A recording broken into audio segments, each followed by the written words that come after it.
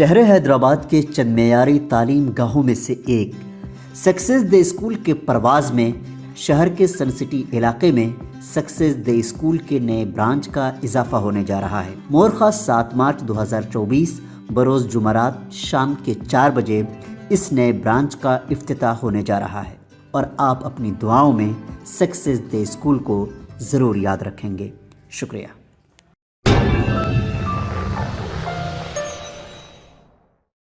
Telangana high court ने तेलंगाना जन समिति के सरबराह प्रोफेसर कोदंडाराम और रोजनामा सियासत के न्यूज़ एडिटर आमिर अली खान की गवर्नर के कोटे के तहत रियासती कानून साज कौंसिल के अरकान के तौर पर नामजदगी को मुस्तरद कर दिया। अदालत ने तेलंगाना की गवर्नर के इस हुक्म को भी मुस्तरद कर दिया, जिसमें डी श्रवण कुमार और सत्यनारायण को गवर्नर के कोटे के तहत एमएलसी के तौर पर नामजद किया गया था।